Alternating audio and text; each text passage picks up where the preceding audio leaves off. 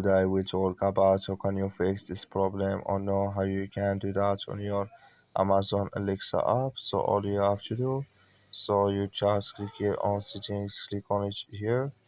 When you just click on settings, it's going to show for you list like this here. Then you go down, you just keep going down here. So then you click here on apps, come to apps list here, and here you're looking for Amazon Alexa app, just click on it here. So then you click here on search. So then here at Amazon Alexa app, it's going to show for you list like this here. Then it's going to take you to this is click on for stop, click on OK.